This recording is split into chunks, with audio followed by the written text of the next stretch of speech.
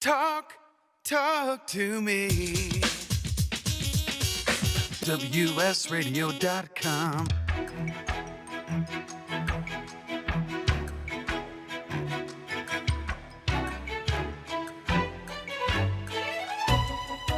The San Diego Council on Literacy brings you Literacy for All with your host, Jose Cruz. Welcome to the show. I'm Jose Cruz from the San Diego Council on Literacy. You're listening to the Literacy for All radio show on WS Radio. And our guest today, I think, let me see here, Chad. This might be your fourth time, I'm not sure. And we're always glad to have you. Chad Stewart, he's the author of Britfield and the Lost Crown. And he's actually writing a number of books.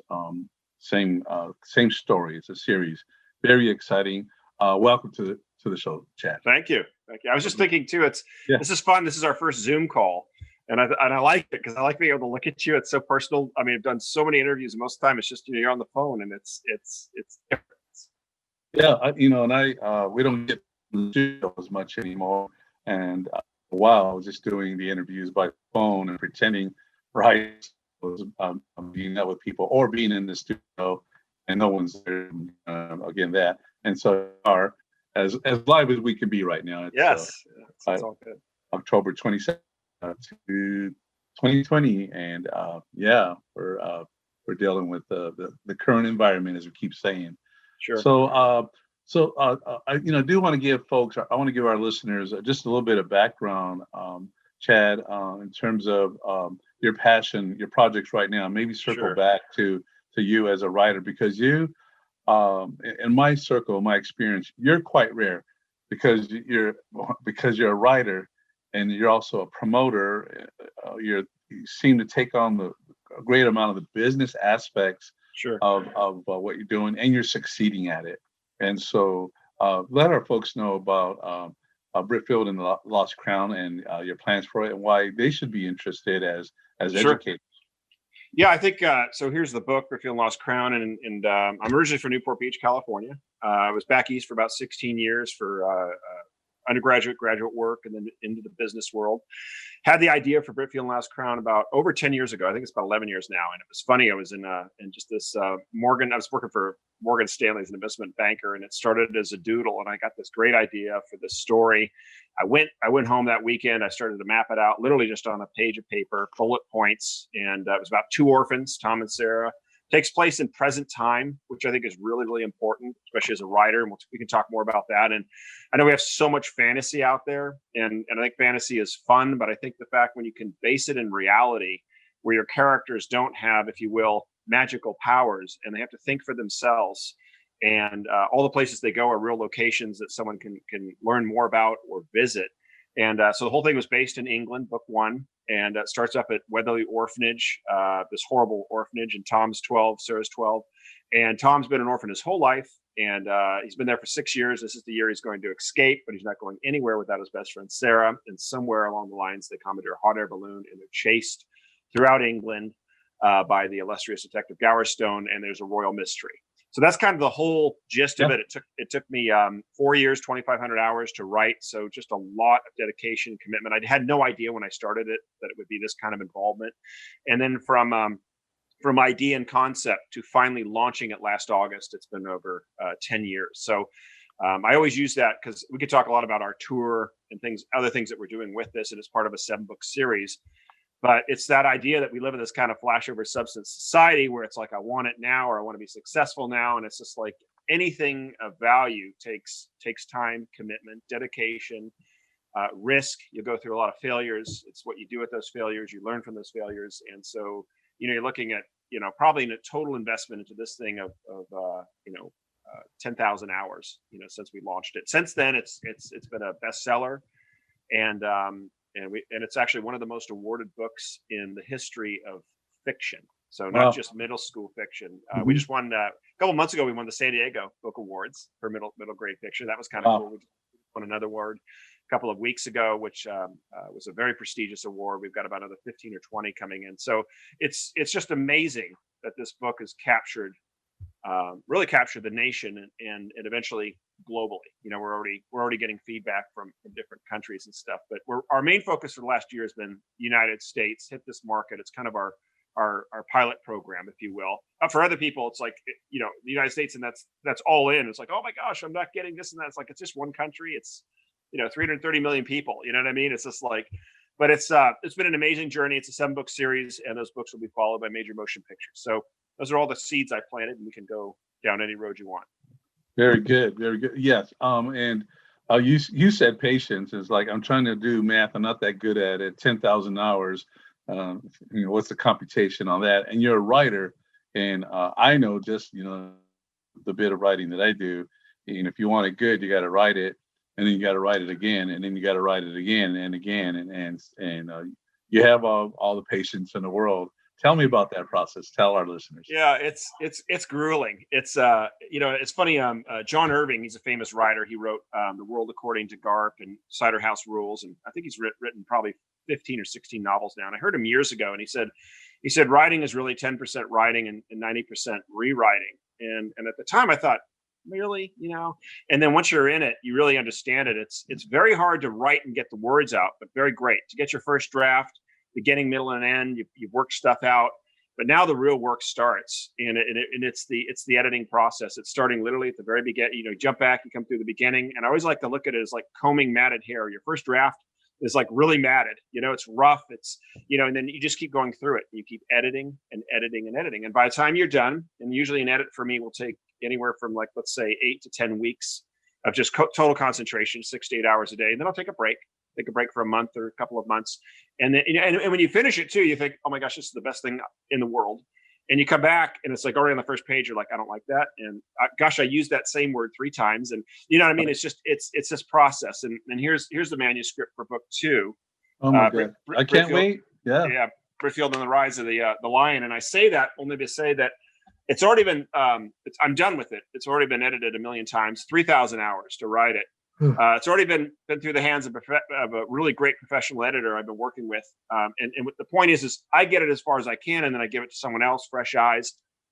She's gone through it, cleaned it up to 100%, and then we gave it to another professional writer or editor, Julie, that I'm working with right now, who works with a lot of best-selling authors and a lot of publishing houses. And I was a little nervous because it's like it's your baby, but she's just doing a wonderful job. She's catching stuff. She's asking the questions she needs.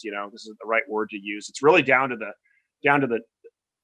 sure. stuff, but it's just after all this time, and it's like to come back again. And so that's what I'm doing in the afternoons. I'm on chapter 10 of 18 chapters of book 2. But it's great. But I say it to say that it's just, I can't believe like I'm spending hours and hours still on 2 to finish it, but that's kind of the process. But you just want to get the best book that you can out there, and so. And do you get antsy because you are working on it a lot? You're finishing a book that you've written, and you're working on a 3rd book.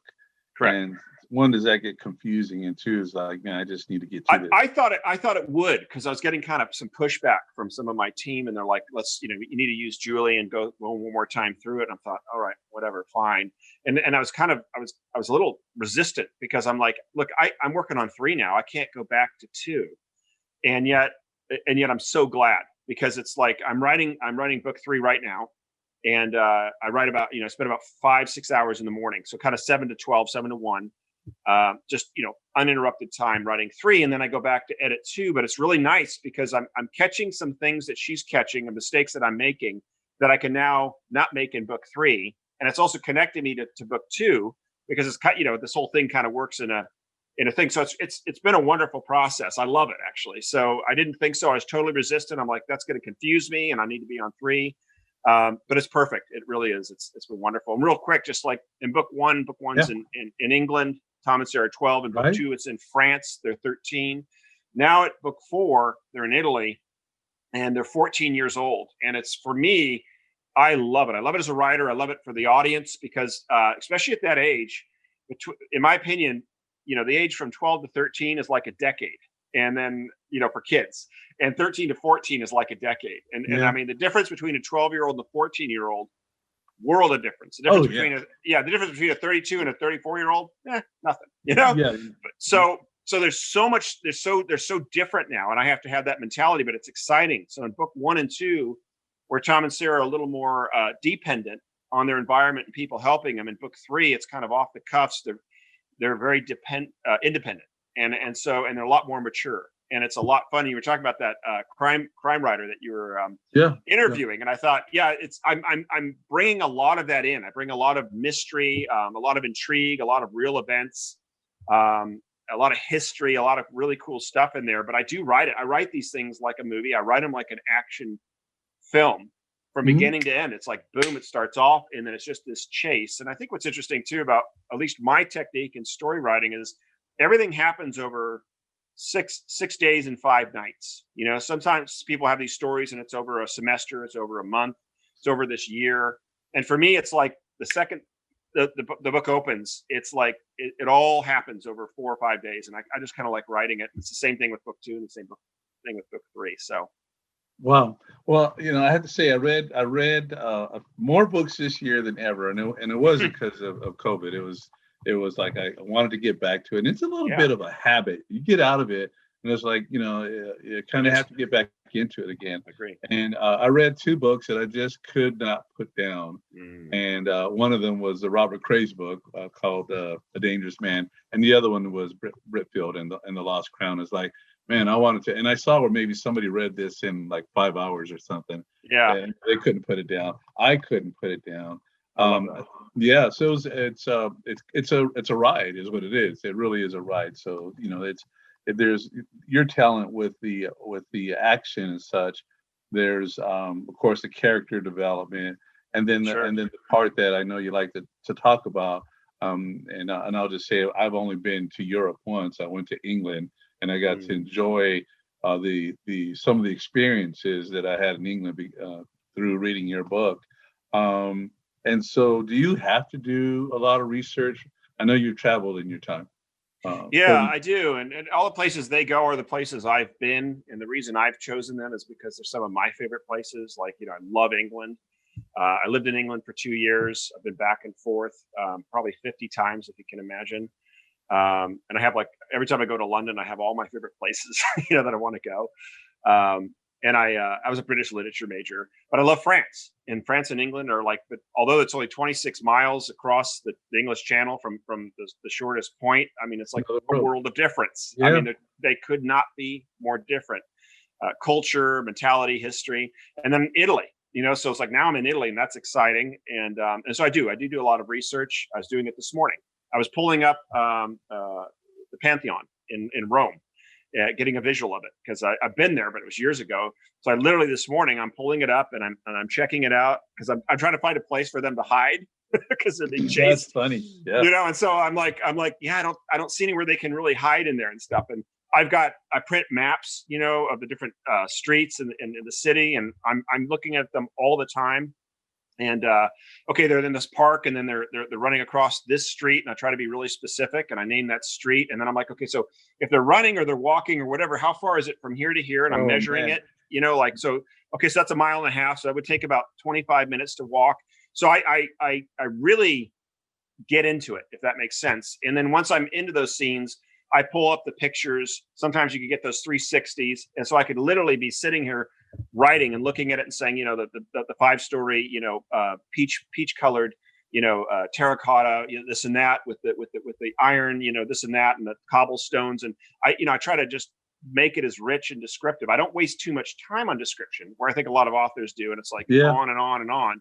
I just kind of cut to the chase. And usually one of my techniques is can you take a paragraph of description? You know, you've just described this whole scene, and can you get that down to like 2 or 3 lines and say the same thing? And so, and there's no extra words, and it just flows. And so you read it, and it's like, and it moves really fast, and you're like, okay, I just took that in, and it's like, I get it, but it's not a speed bump. You know what I mean? Because it's all about story. If the next scene doesn't support the previous scene and isn't going into the next, you know, it's those building blocks. It's just got to move. And well, you do that really well. I mean, so you're doing if I hear you correctly, you know, because I think part of writing is, you know, you want a book, you want it to have substance, you want it to have pages, but you're doing a lot of cutting, tons of cutting. It sounds like the way that you're writing it, that you want You want Oh it, yeah. you want it tight. I did it this morning. I had a huge paragraph of this description and I got it down to like 3 lines, Oh man. and I just keep going over it and over it and over it until I tighten it and tighten it. Because I just don't, again, it's not a travel book, right? It's, you know what I mean? Or it's not a history book. And so, it's story, but I want the description in there so people can kind of experience it and get the flavor of it. And I think that's important. So. Absolutely. So are you, and I know you get asked this question from other writers, but do you already know your plot? Are you making it up as you go along? You know what's going to happen before you sit down. It's interesting. When I first started this 7-book series, I started it as 1 book. I had no idea that it would be a 7-book series. And it was really by the time I was finishing book 1 that I thought, gosh, I could do a couple more books. And then I started thinking this could be a good 5-book series. And I was thinking, gosh, I love England, but I could write book 2 in France. And so that was helpful. For a lot of writers, they've got the whole thing mapped out. You know what I mean? Like they know how it's going to end by book 7, and that's a gift, I guess. But I don't. I'm taking it book by book, and so I have a general idea of like where it's going to start. I definitely know where it's going to end, and that's really important. I teach writing workshops. We were doing that over the summer, which was a lot of fun. We could talk more about that. But it's I look at writing as a road trip, and if you told me that, hey, I'm taking off next week and from San Diego, and I'm doing a driving trip for 3 weeks, and I'd say, fantastic, where are you going? And you're like, I don't know, I'm just going to get in the car and drive. Well, that's a disaster. I mean, an absolute disaster. But if you sat there and said, I'm heading to Boston, and so in 3 weeks we want to be in Boston, and then these are sort of the areas that we're hoping to go. That's perfect. You have to have that beginning and that ending and a general outline to know where you're going. Now, your ending might change.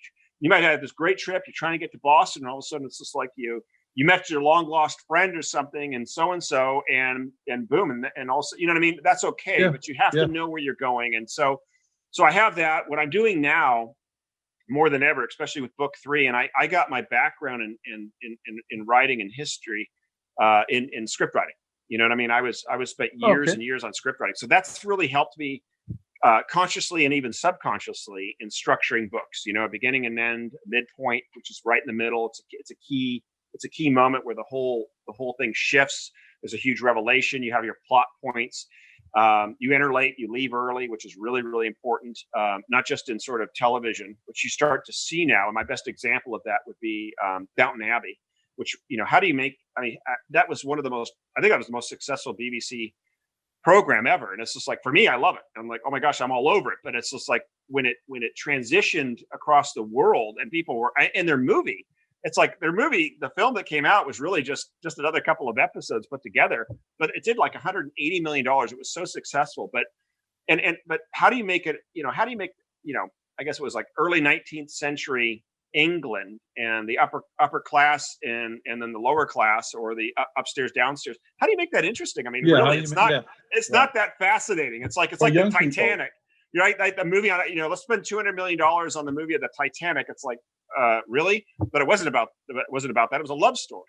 But they do a great job with all these different characters, and leaving, entering late and leaving early means that the scene starts right on the action and it ends right on that last, like make sure you get that done. And then boom, next scene, versus make sure you get that done. Okay, thank you. I'll call you tomorrow. He walks over, opens the door and closes. And it's like boring. That's a waste of 3 seconds. So I use that as an example because for anyone that's interested in writing, watch those episodes. Why do you care so much, not only about, the main characters or the aristocracy, but you care about the dishwasher? You know what I mean? You care about the maid because they have all their little side stories, and they have their own problems and their own tension, and they make it so interesting. But that's one of those techniques that entering late, leaving early. One technique to do is usually cut that last line of dialogue in every section, because it's usually okay, I'll make sure I'll get that done, or thank you very much, and you don't need it. Get on to the next scene. And so I'm really, really conscious of that, of cutting those scenes. And what I'll do for my last edit, like I did on book 2 and book 1, is I'm done now. I've already gone through it. Now I'm determined to get rid of 1 sentence per page. So what absolutely can I get rid of? What doesn't need to be there? And I literally try to get rid of, and already it's as tight as it can get. I'm like, what doesn't need to be there? Or can I take these 2 sentences and combine them? And all I'm doing is I'm tightening my story. Yeah. And there's no fat. There's nothing to kind of stall on. There's nothing to drag the story down. Everything needs to be there, and everything builds on everything else. And that's, to me, that's great writing. And it's Yeah, what I'm is. trying to achieve. You know, I'm Yeah. always trying to achieve it. I'm always trying to do better. It's like I always use my bag of tricks in the first third of my book, meaning like there's certain devices I can use and certain techniques and chases. And instead of spreading it out, I'll use it all up in the first third. And I'm like, gosh, now what do I do? But I like backing myself in the corner, because now I have to even do better. Or, okay, how am I going to top that chase scene? You know, or I've already used, you know, like I use all these devices too all the time. I use like the balloon, right? Like, let's just take book one. Yeah, I use the train, I use the balloon. There's Yeah. a taxi cab. There's a chase scene. There's a subway. I use all these different devices, you know, of traveling or, you know, whatever. Go ahead. Yeah, well, as the reader, you're doing the same thing that you do as a writer, and that is like, what's next? How's he going to top this? Where is this Yeah. going to go now? And it is quite a challenge. I mean, and then just the whole editing aspect of it, taking it to a larger scale. Imagine having written a book with 300 pages, and then you get into, now you're down to 100 pages, right? But it's all the good stuff, and you're probably editing out, you know, at least that percentage. Would you say?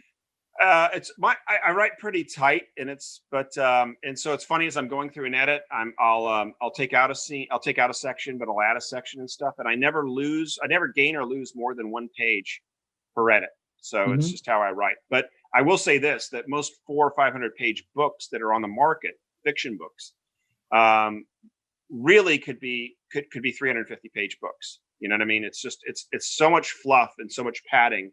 And for whatever the reason, the writers just want to sort of prove that they're very poetic and that they can write these, you know, and it's like, you know, you're halfway through the book and they're describing an early morning and the dew dripping off the side. I mean, it's great. It's like, you know what I mean? And I remember I read, it's a great book. It's Henry VIII, and it's a novel. And I think it's like 800 pages. And I'm like, this would have been a great 600 page book, you know, tight. It's just like, I'm into page 600 and she's describing an English morning in 2 chapters. I mean, in 2 paragraphs. And I'm like, that's not story. And you're getting off the story, and you know what I mean? That's why I have to remind myself, like, it's not a history book.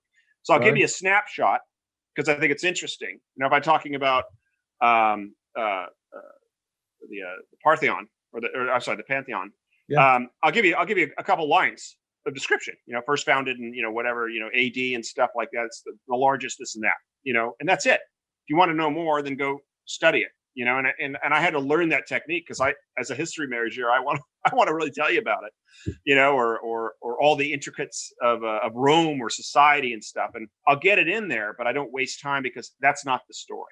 You know, it's about Tom and Sarah and moving through. Yeah. Well, here's again, I'm going to compare you to Robert Craze, just because one, I read his book, your book, same experience. I want to say different audiences, maybe. But certainly not wasting words, getting to the action, just building the suspense, wanting to move on to what's happening next, and just the sense, like, where is this writer going to take me? Where is this going to end up? It's a really incredible thing. What I like about Robert Craze's book, and I like about your book, and yours is targeting, let's say it's a teen population. Now, look, I'm going to read your next book and the one after that, and so let's, you know, not close out reading pod. I don't want adults to think these are not fun books. They are. What I did with Robert Craze's book, and I never did get to talk to him about it, is I did a readability study on it, and he had content there, like a whole page that was written at the 2nd grade level, and I think part of it was just the short sentences. And I didn't do that with your book. I probably should, but the point of it was, especially given reluctant readers, young readers who are, you know, just kind of hard to catch their attention. You've written something that's very reader friendly, and except moving and such. And just how much did you do that with the intent of writing for a young audience? I think that's I mean, it's half our audience are adults. And our oldest reader to date is, I think, a 93-year-old that read Britfield Lost Crown in 5 hours. And we get comments all the time from you know, mothers, teachers, like love this book, can't wait for book 2, want to bring this into my classroom. And it is an adult that's writing it, it's myself. But with that said, I'm got to be very grounded and aware that I'm writing for a 12-year-old audience. Now in book 2, which I like to refer as my Empire Strikes Back, it's a lot more intense, and it's a little darker and a little deeper, and it's got a lot more character development, as you would expect. And then in book 3 now, it's like a lot more intense. But notice my writing technique, and don't let it throw you, because it's like I have short sentences. I'll have 2-line sentences. I'll have action verbs to set off a sentence. I have a whole list of vocabulary, adjectives, adverbs, to make sure that I have a huge variety. I work very, very hard at writing it, and so if you were to break it down and look at it, it's very full. The word usage, which is what teachers love, because they're already adapting Britfield and Lost Crown into their curriculum. In fact, at some point we could talk a little bit about our tour, because we're now doing our virtual tour. And I did a group in I think it was Virginia, which is so much fun, last week, with 100 kids online. And then we've got some others like in Florida. We got something in Georgia coming up. We got one in California next week. But what I love it, because we have a study guide for this too, 83-page study guide. And so it's perfect, because chapter by chapter, teachers, it's designed to be actually taught as kind of a literary classic. And we just Mariners Elementary up in Newport Beach, they just purchased 36 books because they want to teach it next semester. So we're getting that all the time, which is wonderful. We're getting schools that are like not just selling the books to the audience when we're doing our presentation for the kids, but they're buying it not just for the library, but for their classroom, and they're teaching it. And the feedback I get is I love all the vocabulary. You know what I mean? And so I say all this to say that I work very, very hard at making sure that the sentence structures flow, that that I use a lot of different words, different languages, different setups. Sometimes, like I said, like a sharp little sentence, a long sentence with a lot of different commas, but all connected together. I work very hard at it. And then when I'm editing, after I've done my 2 or 3 times on the computer, this is a trick of the trade for your audience, I do paper edits, and it reads 100% different. And I was even doing it this morning, and it's like you write a page on your laptop, and you're like, oh my gosh, that paragraph, that's beautiful. The whole page, paragraph, you're going down it. Great, looks great. And then you print it. And what I do is I like to lay down on the couch as if I'm reading it, because I'm relaxed and I have a pen and a highlighter. And you're like, oh gosh, like that sounds awful. And I don't like that. And I combine that. And then again, like I said, this happened the other day. I used the same word. What was it? It was back. She looked back, he fell on his back. And I used back like 4 times. And I'm like, that just sounds awful. And so you catch that stuff for the paper edit. But I go that extra mile. But it's not just that too. It's when I'm reading it, how does it flow and how does it sound? Yeah. Is it choppy or does it just flow? You know what I mean? And often what you'll find is you'll have like a long couple sentences, and by getting rid of a lot of these words that really don't need to be in there, you get a nice tight line. So let me ask you, Chad. I mean, I'm learning a lot from you, and I think our listeners are too. Somebody I will write one novel one day. In fact, one of the books I read this year was Anne Lamott. Do you know her? She wrote A Bird at a Time, and it really was just a story about how to write a novel. Right? She had writing classes. You should do that for one, because you're doing it right now. I mean, and I don't know how much you prepare for that, but maybe let's talk about your writing workshops, because you're already telling us, some of the secrets and such, and I'm sure it's things that you share with your students. Yeah, it was a lot of fun. It was we were on, just to let your audience know, we kicked off our national school tour last March 2019, and since then I had driven. It was a driving tour. I drove 9,000 miles, 18 states, over 150 schools in front of more than 25,000 students. So we were going to all these different schools, private, public, charter, you name it, starting all the way up, California, Oregon, Washington, all the way across, coming back down through Oklahoma, Texas, and back around. And then we kicked off our 3rd tour this year in January, like right off the bat. And I was in Memphis, Tennessee in mid-March when everything happened. And so I had to drive back, and I was working so hard to finally get to that area, Indiana and Kentucky and the New England. I couldn't wait to get back there, but so we had to make a lot of different transitions, and so we were doing a lot of stuff on during the summer, and summer's always difficult, because schools are out. So we started these writing workshops, and they're great. I did 2 writing workshops, and they were 1 hour a day. So it's like, Monday, 1 hour, and they're recorded. So like if you can't make it, or you want to, we send the link like an hour later, and you can watch it again, or you can go back to some scenes. And so I think it was about 104 slides and 5 hours, and it was bringing in a lot of it. And then where do you even start? Because it's one thing to be a writer. It's another thing to teach writing. You know what I mean? Yeah.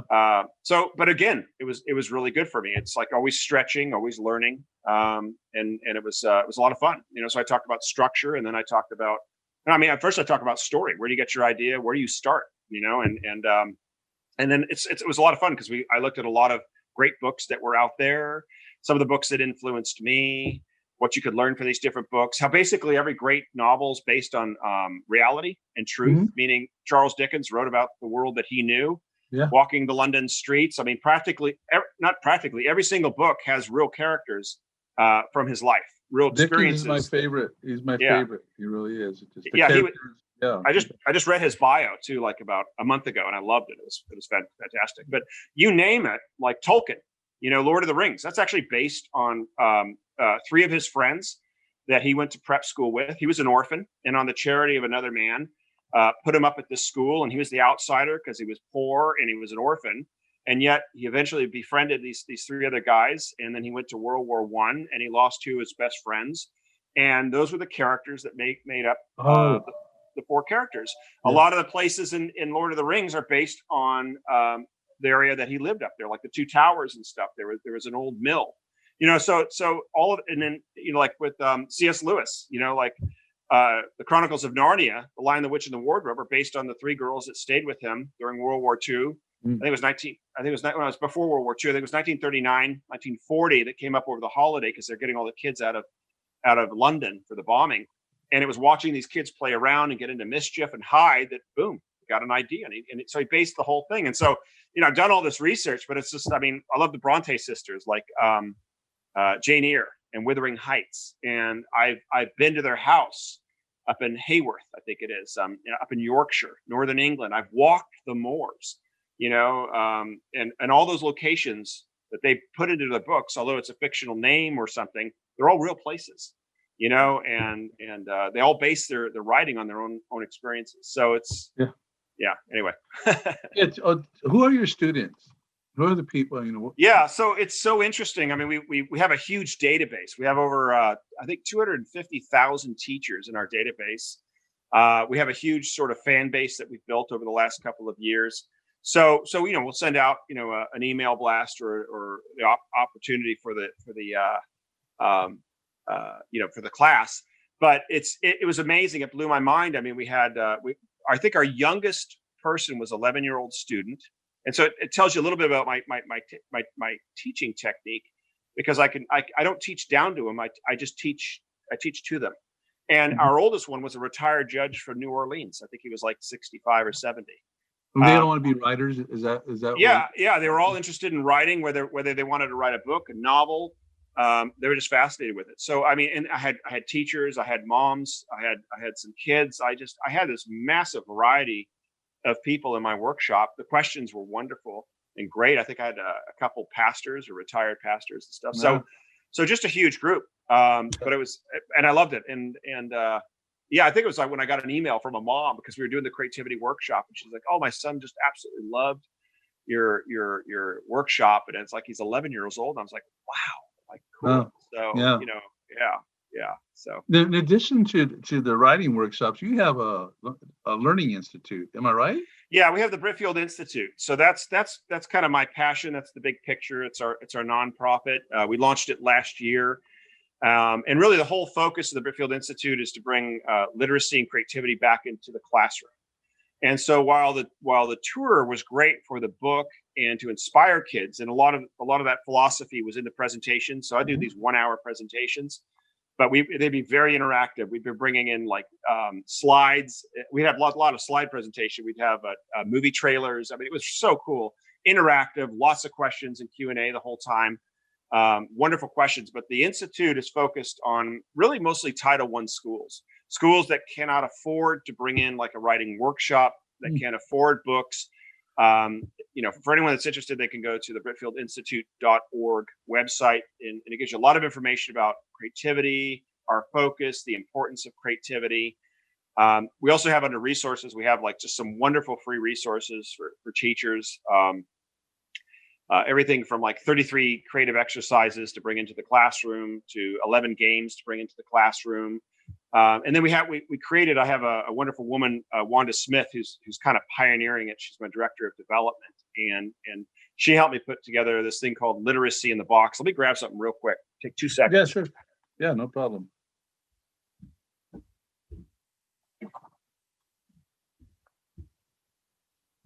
So you didn't go too far away. Is that sorry about that. It was kind of fun. But the idea is we're funding most of it ourselves, but we're always open to outside sponsors. But here's what the Literacy in the Box looks like, and it's just kind of fun. And the idea is we'll come into some Title I schools, and then so that the teacher will get like the Literacy in the Box. And again, these are schools that are like, it's like 80-90% of the kids are on the lunch plan. They can't, the school doesn't have a budget. They can't afford things. Yeah. And we'll come in there and we'll give them the box, which is really cool. And it has a lot of the fun Britfield stuff, the paraphernalia, the posters, stickers, bookmarkers. But then we have like other books. We have like 4 or 5 different creativity books. One of my favorite books is, I think it's 5,000 writing starters. And so, like if the teacher wanted to do like an exercise for writing, she could just flip through this, and it's like got themes or ideas. And so it's just easy stuff where the teachers can just grab it and go with it in class. And then we have all these different creativity books and stuff, T-shirts, all kinds of wonderful things for the kids. And then we'll come in and we'll actually do a writing workshop with them. That 5-hour workshop, they can do it any way they want to do it. We can do it once a week. We can do it Monday through Friday. We could do 2 hours on a Friday, and it doesn't matter. And it's recorded, and they can keep it for like 30 days or something, and rewatch it, or the other classrooms can watch it, and then everyone gets a Britfield book signed for free. Wow. So it's really our commitment. It's not. We sell plenty of books to not give them away, but we love to give them away because they're just a wonderful book. It's all about family and friendship. It's a literary book. It hits the 4 C's. It's very creative. It elicits critical thinking, communication, and collaboration, because that's what Tom and Sarah, they're constantly faced with all these different problems. And what I love about it is they're real world problems. In most of these fantasy books, it's like you just wave a wand or someone flies down and saves you. And it's like, that's not real and that's not reality. Yes, it's fun to read, but you're not really learning anything from it. And it's just like when Tom and Sarah are hungry, they got to figure out how to get food. If they need to get to London, they got to figure out how to get there. And I've often written myself into corners. I know in book 1, it was in Oxford, and their balloon had crashed, and it was out of helium or whatever. I wondered how you're going to get out of that one. Yeah. And that was at a point where I had to stop writing and go back and start editing, because I said, I don't know how. It was a scene, because you read it, where they're in Oliver's apartment and they're going through the list, and they're saying, okay, we can't take the train because of this. We can't, it's too far to walk. We don't have any money for a taxi or a cab. And we're out of fuel and we have no money. It's like, and I'm like, what do they do? I didn't know. I'm like, so that's what's kind of fun about it. It's like, I have to really think this stuff out. I can't just have a magical wall that opens up, or the magical wallet that money does. You know what I mean? And I'm not trying to knock these books. They're fun, but they're also based in this fantasy world that isn't real. And I like grounding kids into real places, real moments, real struggles, real problems. Sometimes Tom and Sarah make the right decision. Sometimes they make the wrong decision, but they learn from it. And so I just want to cut in. These are not fantasy. These are fantasy books. They're not magic books. This is not Harry Potter. For people, right, who are interested. It's fiction, but it's fiction. It's Chad, if I ever get myself in a jam, I want to be with someone like you, because you're going to figure a way out of it, because you do that over and over in your books. I wanted to ask about the movie. Yeah. And Yeah. by the way, before we go there, Yeah. you do have a development person. I'm gathering they help you raise funds so you can do the things that you do with Literacy in the Box. Is that correct? That is correct. Yeah, Mhm. her name's Wanda Smith, and so we've been applying for some grants. I mean, we have funded. I've funded everything so far. Excuse me, through the institute for the last 18 months, and I think now we've been applying for some grants. We're reaching out to sponsors. There's a really wonderful woman that I had met about 6 months ago, and she's kind of semi-retired. She's a grant writer and has raised millions. And Wanda just met with her actually yesterday, so I'm sharing real news. Mhm. And she was very helpful, giving us some ideas, but in kind of giving us an idea of what this whole thing is. But she said something that really resonated to me. And she goes, come back to me in about 18 months. When you guys are further along. And she goes, I'll make sure that you're in every Title I school in the United States. And I thought that is awesome, because that's awesome. the goal. It's like, why preach to the choir? We want to go where kids need it. You know what I mean? And so, thank you for doing that. This is a literacy show, so the literary and the literacy cause they are closely tied together. As you know, being a participant in the Festival of Books, my organization is in San Diego, put on by the San Diego Union Tribune. My organization receives funding from that event, and so people see the connection between authors like yourself, the books, and also those individuals who struggle with reading. So I'm glad to see that connection that you're having with Title I schools and the things you're doing with Literacy in a Box. Yeah, it's just getting kids excited about everyone is creative, and that's what we let kids know, because it's true. Everyone is creative, and some people don't feel they're creative, or they feel that it's only the quote unquote gifted or geniuses, the Michelangelos, the Dickens, and it's not true. We all have that creativity. We just need to be given the opportunity to express it. Not everyone's going to be a great writer or even a writer, but we all have that creative ability. And so letting kids know that and getting them excited. And what Britfield's done is it's gotten kids excited about reading again. I'm not a Harry Potter fan, but I will say it did get kids back into reading 400, 500, 600-page books, which is insane, because that went off the rails, because of the computer, because of the games. And I know, because it's like, I've had a lot of parents that have come up and said, my son, they're not readers, or they don't read, and he's in page 150 of your book. I haven't seen that for years. And so it's the way that the book's designed that just pulls them in. And so that's exciting. We get a lot of that feedback from them. I was curious though. We were at the 2019 event. As I think you remember, we had the best booth there. It was awesome. It was better than San Diego Zoo, which was next to us. And it was a lot of fun. We didn't go this year. What happened? Was it all online, or what It was all online. It was fully virtual, and I give them a lot of credit, because they could have taken a pass this year, right? Yeah. And they that's where I interviewed Robert Crace. I was so he was one of the authors. Oh, wonderful. But and all the information from that event is still online, and so it's what do they say, evergreen. And so you can, if you missed it on event day, you can go back and experience the author interviews and a lot of other things that took place for the Festival of Books here in 2020. So it was quite successful. And and they the Union Tribune raised $5,000 for the San Diego Council on Literacy. It's great. So it's a really good thing. So, I remember last year it was just a lot of fun, because I'd head out of our booth and just walk to some of the smaller sections where it's like it was just an author, and he had a small section of a table and his books, but they were all having so much fun, and they were all engaged with tons of people. And I talked to quite a few of them. They're like, yeah, we did great. We sold like 50 books or something. And you're competing with the San Diego Zoo, because they got a pretty good thing going there. Yeah. So let's talk about the film. Let's talk. This is like the last section of our interview, and I really appreciate your time and just your enthusiasm and sharing for our listeners. Sure. What's happening? I know that this is also an exciting piece of the work you're doing. Yeah, it is. It was always the intention of doing a movie for every book. I'd say about 90% of the feedback we receive is that it reads like a movie. It's written like a movie. I come from the script and film background, and so we're really excited about it. Right now, we're in talks with 2 different producers, and then 2 potential major studios. And I do want to kind of preface it to say that it's kind of I like to call it pre-production. Sure. And part of it is because of COVID, this quote unquote thing. It's kind of shut everything down, as everyone kind of knows, and it's sort of sidelined a lot of things. So it's slowed that down in one sense.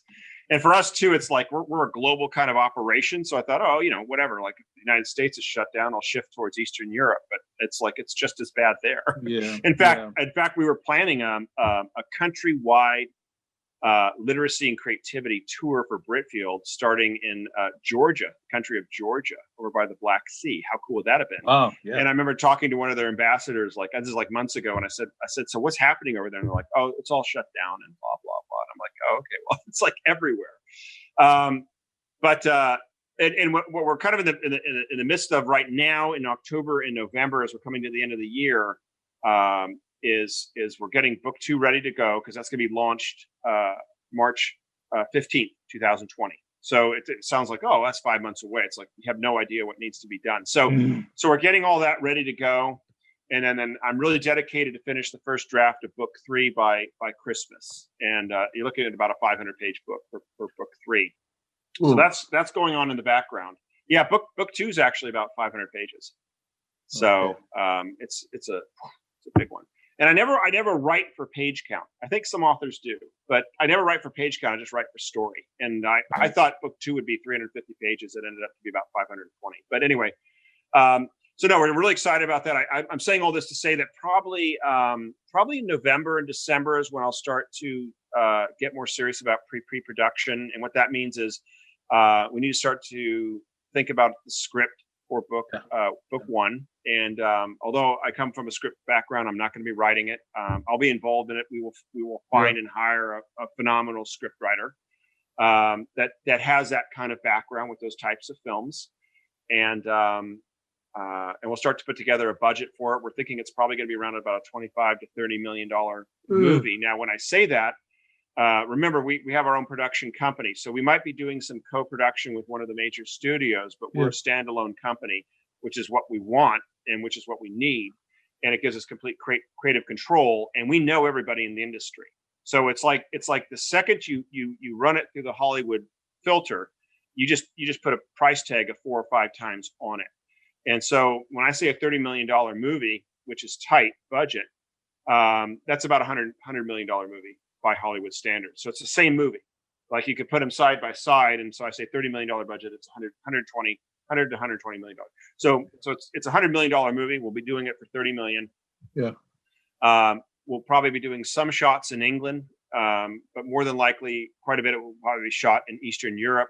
Again, it's tax credits and costs and stuff. I would love to shoot the whole thing in England, and it's possible if they want to do some really great deal with us, because I think this is the type of book and story that would, because I wrote it also. It's like, why'd you write the book? And I wanted to write something that was fun. I wanted to write the kind of stories that I got to experience as a child. But I wanted to write it as my love for England, because I love England. Yeah.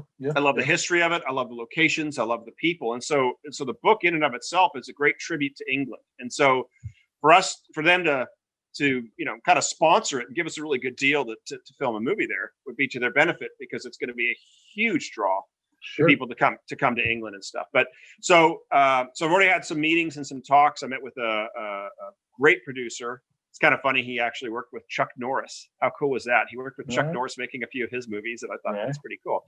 And so we're starting to kind of think about putting together the film fund, the business plan, the script. So that's kind of where we're at. You know what I mean? I'd say within 6 weeks, it'll be a different conversation, because we'll start to really move in that direction. I was thinking that I'd be farther along with it, but I think because of the summer and the way that things are going. But a movie will be filmed and released within probably 2 years. And I was going to say, I know this is going to take some time. Yeah. But we need this movie out there. Amen to that. Right? That would be a good thing. And I'll say this too, the first Harry Potter book was released, I think, in 1998, and the film didn't come for about another 3 to 4 years. So it's not uncommon. Yeah. But I think once the beauty of it too is I already have 2, ready to launch, and then 3 will be ready to launch. And after that, like we'll launch book 2 next March, and then after that we'll launch book 3 next March. It'll only be a 1-year gap, and so the movies will start to roll out, and so you'll probably get a new movie every 18 months. Also, it just takes time to build the whole audience and platform and stuff. But you start getting we got about 5 minutes left, and I want to give you the opportunity to do 2 more things, and one of them is to share your favorite fan story, a story of a fan. And the other one is to let folks know how to get in touch with you, how to get I think one of my favorite fan stories was, this is a while ago actually, and I've got many of them. We've got, what's been amazing with the whole trip is I'll go to our PO box, and I'll have like a whole manila folder, and it'll be filled with like hundreds of letters from kids at some of the schools that we went to, and it's everything from writing a really cool 1-page essay to doing a picture of their favorite scene in Britfield, and I have them all. I've saved them all, and I think once we have our own sort of studio, we're gonna get a professional artist to come in, but we're gonna line all the walls with all this stuff, and glorify these kids and their wonderful ability. But my favorite story was from a friend of mine. I sent her the Britfield book a couple of years ago, and her daughter Iris, who I think was 11 or 12, and she read the book twice, and she was contacting me. The mom was contacting me because she's like, "When's book 2 coming?" Because she went online and she couldn't find it. I said, "We just launched book 1." And she goes, well, Iris has created her whole room into an explorer room. Wow. And I just love that. I don't know what an explorer room looks like, but I thought, gosh, isn't that a lot better than a room of witchcraft or vampires? Of that kind of just garbage. And so that was one of my favorite stories.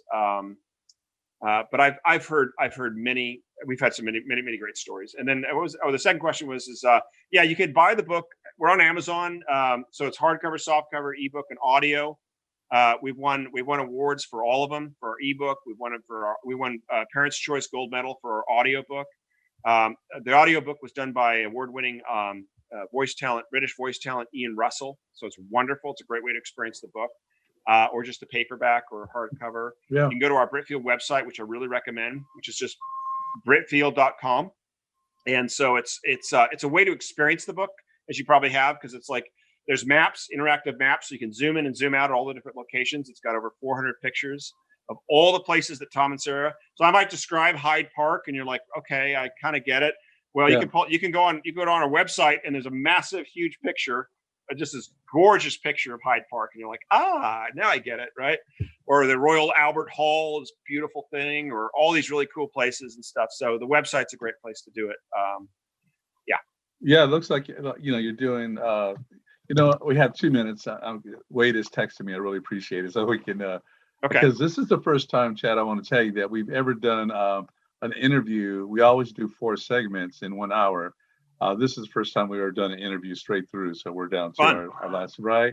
Yeah. You have all the bases covered, because coming out, so this guy's a writer and he writes children's books, etc. No. It's so much that you're looking after the low-income kids. You're getting them excited about reading. You're providing books to them. You're doing the tour. You're getting people excited about reading. The promotional aspect, the writing classes. The tribute, dedication to the written word is heartening. It just really feels good to have you doing what you're doing. And so just want to appreciate you for that and for coming on our show. I contact you and you say yes, and we want more updates from you, Chad. So hopefully you'll come back again. Yeah, it'll be fun. I think next time, as it's always fun, but I think next time will be very different because we're going to be we'll be in the launch of 2. We'll be a lot farther along with the movie and the film. More than likely, I'll get deep dive into that in December and January, and then we'll start to kick that momentum off and stuff. And that's going to be amazing. I've already got some actors in mind, and I do believe that we can get. I think we can get a lot of. See, it's a little bit different too. That I think we can get most of the A-list actors that we want without salaries because of twofold. One is we can always do some points on the back end, which they like better anyway, because they can always do their $200 million action adventure movies. There you go. Hey, the music's coming in, all right. So we're done. But I want to thank you again, Chad Stewart, the author of Britfield and the Lost Crown. Appreciate you. Come on back. You've been listening to the Literacy for All radio show on WS Radio, worldwide leader. And thank you. Thank you.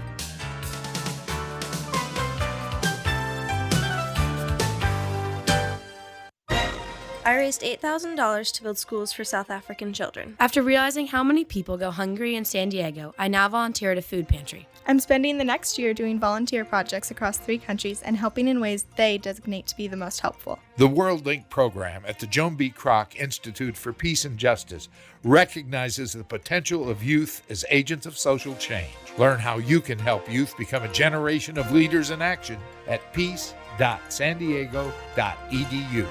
In the military, things can change in an instant. Your personal life is just the same. Just like you protect our country, you want your family protected. That's why thousands of military members trust Navy Mutual Life Insurance. Navy Mutual is nonprofit, providing current and former Navy, Marine, and Coast Guard families with life insurance, no sales fees, and no military service restrictions. Protecting members on active duty and beyond. Call 1-800-628-6011, 800-628-6011, NavyMutual.org, insuring those who serve.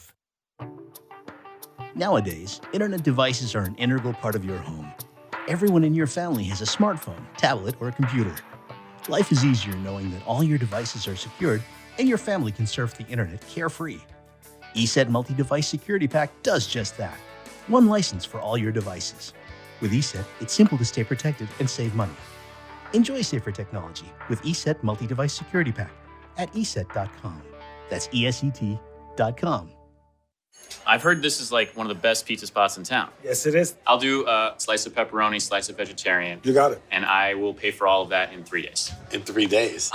What's that mean? Well, wait, you accept credit cards. That money's not going to hit your account for 3 days anyway. I need my money quicker. At Chase, we hear you. With Express Funding, card payments are in your Chase account the next business day. Go to chase.com/expressfunding. Chase for business, so you can. Compensated participation. All businesses are subject to credit approval. Not all clients are eligible for next business day funding, and additional terms, conditions, and restrictions apply.